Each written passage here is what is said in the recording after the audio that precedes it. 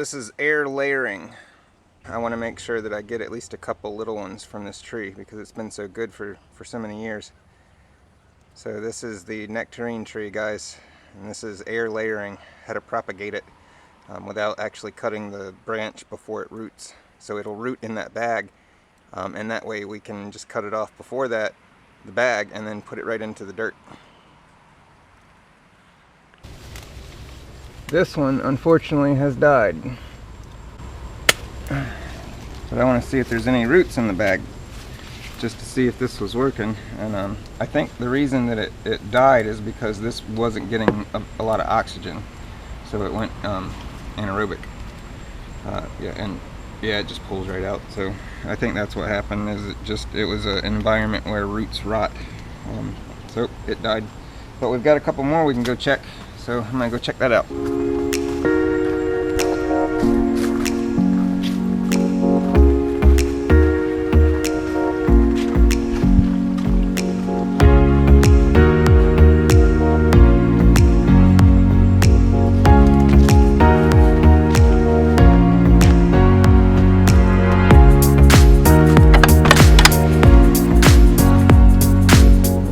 Here, got one under here. I don't know if these are going to cut that. But this one's still alive, so hopefully there will be some root in there. There we go.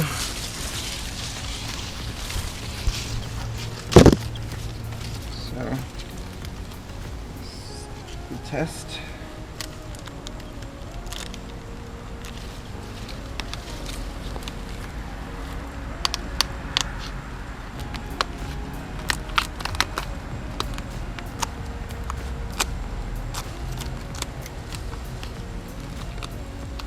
Ooh, oh, that's awesome. This is our favorite plum tree. And now we have healthy roots. So this is great, man.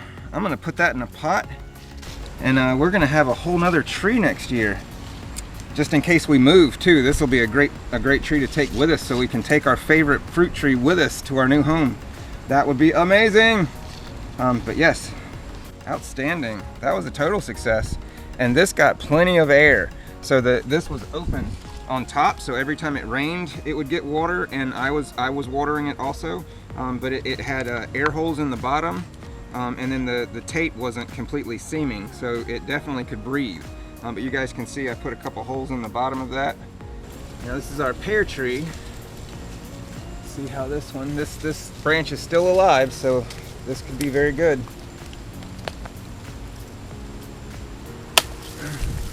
Oh no. Oh, that's not a good sign. Not at all, not at all. Oh no. Well, that's interesting that the branch is still alive. The tree must have still be connected with the cambium layer, so it never, oh, it's got ants all over it. Yeah, it never formed roots. Well, that's very, very interesting. So the pear tree was not a success. And you can see what that looks like.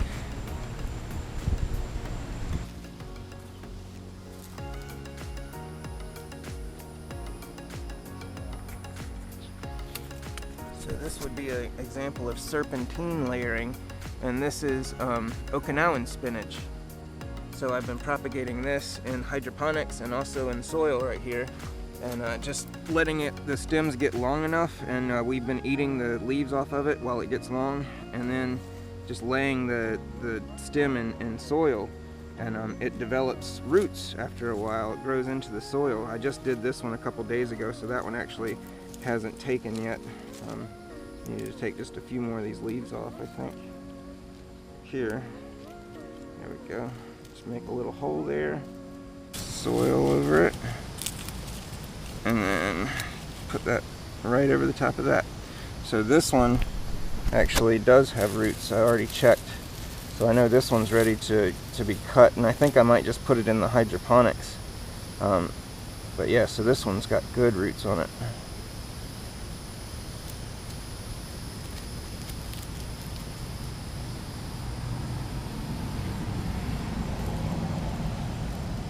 So there we go. Yeah, that's plenty. I can put that in hydroponics.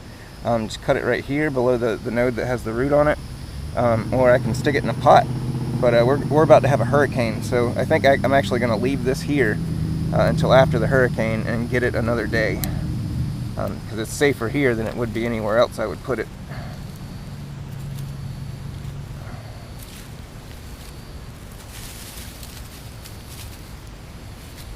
Put that over both of them. Ta-da! Excellent. And this is our successful plum.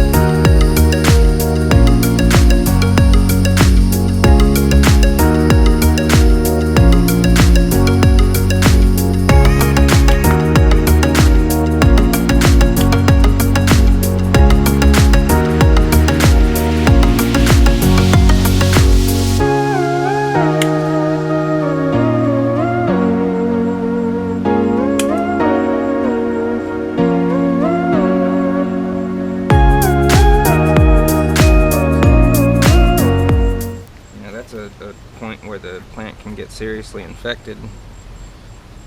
So I think I'm just going to cut this whole thing off.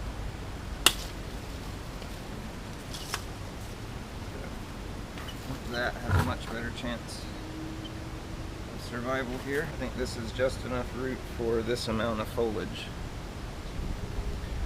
Should be good. Just a guess though. I mean, I don't really know for sure, but I think this is going to work well. And that way, this is really the only point, well, there's 3 little knobs right here that could possibly get infected, but that's a lot better than having to trim that whole area up, plus having that open wound, and then there's one nub right here, but that's, I should probably put that just a little bit lower. So yeah, so that's how I'm going to leave that, guys. Put it in the pot.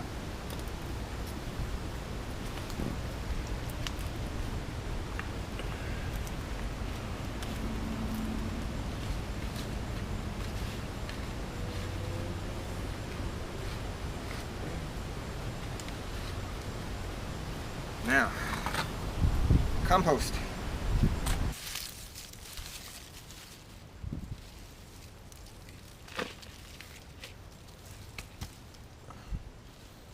This is kitchen scraps and horse manure put into just a bin, a moldering compost bin, where you just put it and leave it in layers. And so I did, and I left it for about 6 months, and then I put it in this smaller one. It was in this big one for about 6 months, and then we transferred it into this one, and now it's just beautiful. It's like it's not black, so it hasn't been anaerobic. It's not black to where it's lost oxygen, and that's what the solid black color signifies. So we don't want black. We want like a dark, deep brown. And this is just beautiful. I hope you guys can see that color. But yeah, this is coming out great, and it's got worms in it.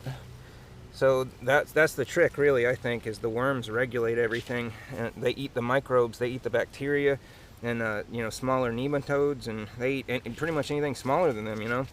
So they're composters, and they regulate all that stuff, and they keep it healthy. So they do our work for us. We don't have to do anything. We just let them do it. There's one right there. That's an earthworm. Sure is. There's 2 earthworms. That's a nice earthworm. Oh, there's another one. Wow, there's a bunch of worms in here. This is awesome. There's another one. So yeah, this is a little earthworm farm. I did not put earthworms in here either.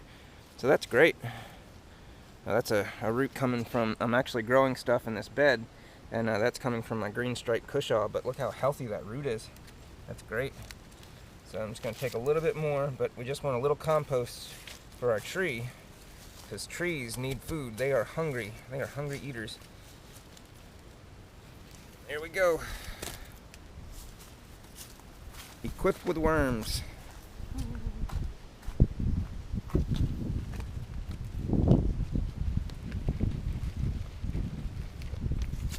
Now that's going to leach down and homogenize with the lower soil as the microbes move up and down, and it's going to start feeding the tree, and it can feed it right away with the poop from the worms, because that's actually direct uptake plant nutrition.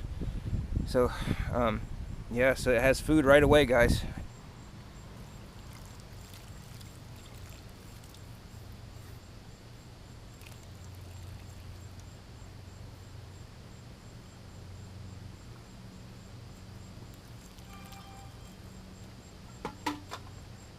There it is. Fresh rainwater. There we go. That is a potted plant. And this is compost tea.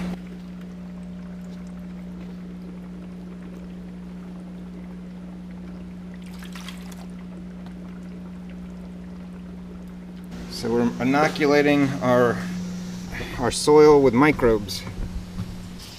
And this is a compost tea, so they have a lot of glue, so they may stick to the surface a little more, but that's good if you're doing a pot. So you don't want them to drain through like you do with the soil drench solution that you make to put in your garden, because you want it to penetrate the soil, whereas this, we want it to be on top and leach down over time. More controlled environment situation. But it is nice to get some down, and I believe some of them will. You know, it's not like you just put them in and they just stay on top, whereas if you spray at a low percentage, a low ratio with your water on a hose end can sprayer, then it does actually stay on top. It doesn't penetrate the soil as much if you make a lot of oxygen in your tea, so the microbes create a lot of glue. So that'll work. That'll get some of them in there, at least get it started. And the soil was already biologically complete, I believe is what you call it, when you've got really healthy compost. So that's basically what we had on top, and now we're putting really good compost tea on top of that. So this should be very microbe friendly situation of potting a plant. All right, so this is Tom and Jess. That's Jess. Tom. Permaculture Wilmington. Have a great day.